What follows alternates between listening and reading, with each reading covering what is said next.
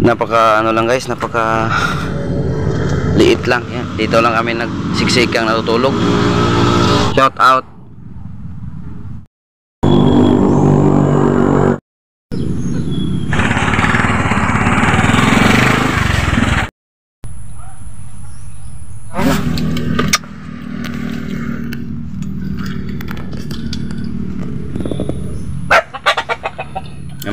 Mamaya guys, kakain din tayo dahil may puntahan tayo guys.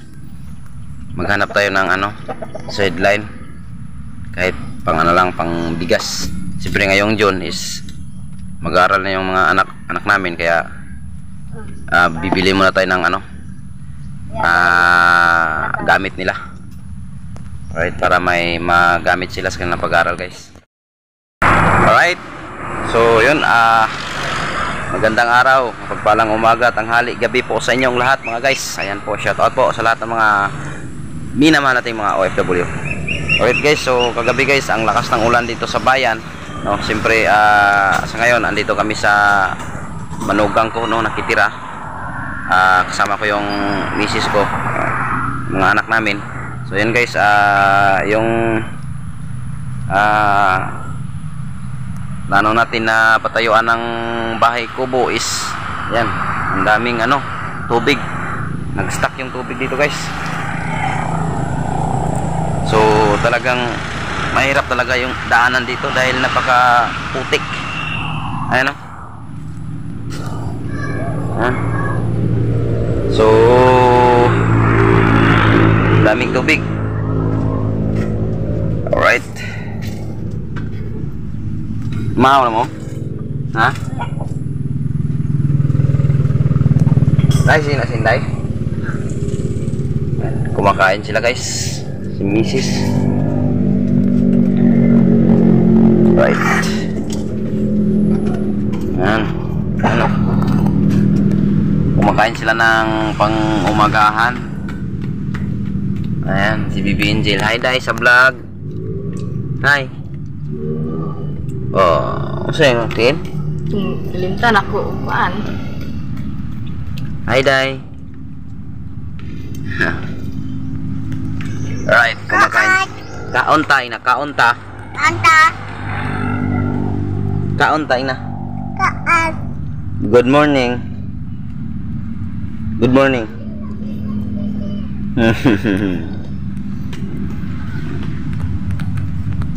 Ano? Simpleng ano, pagkain lamang guys muna. Ayan, lakas ng ulan kagabi. Kusog ang sapa. Ayan, dito po kami natulog guys, oh. Ayan.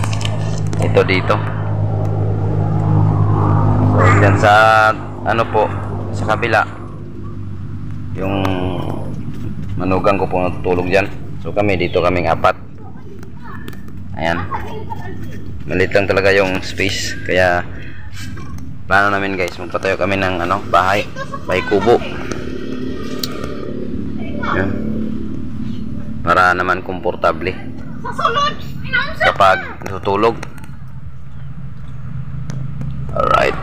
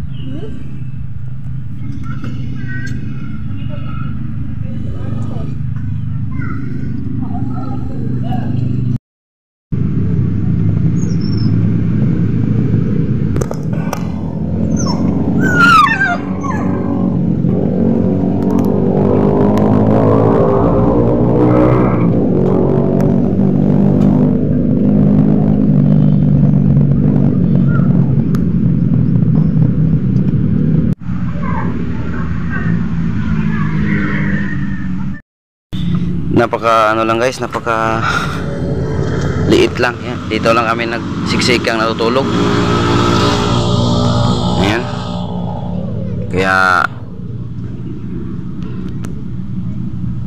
sana makapagawa tayo ng ano, bahay kubo.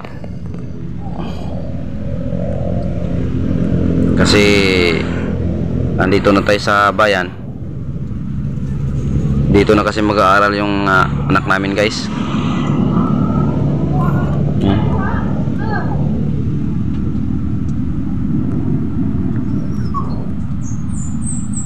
Busog, nak. Busog. Guys, busog saka. Shout out, guys. Shout out.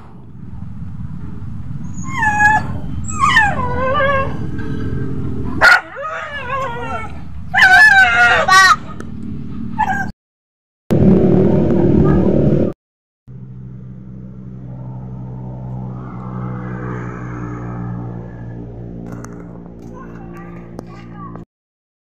Ang lakas ng ilog, guys. Galing kami doon sa ilog kanina, no? Doon sa may tulay dito sa bayan. Ang lakas ng ilog.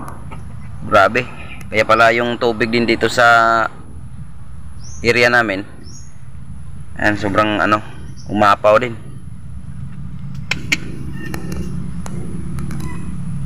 Yung alagang aso, silang pinig. Ayan, silang pinig. Ayan. Pag may-ari ng ano ko, guys, manugang. Ay, dugi. Yan. At yung alaga nating isang manok. Ito, guys. Nangagat yan, guys. Tusik. Hindi pala nangagat kasi wala namang manok na nangagat, di ba? Ay, ayan. Kaon ka, nak. Kaon ka. Kiswa pa. Busog ka pa. Busog ka pa. Surong sa pa. Kaon. Looy, baby angel ako. Kaon na.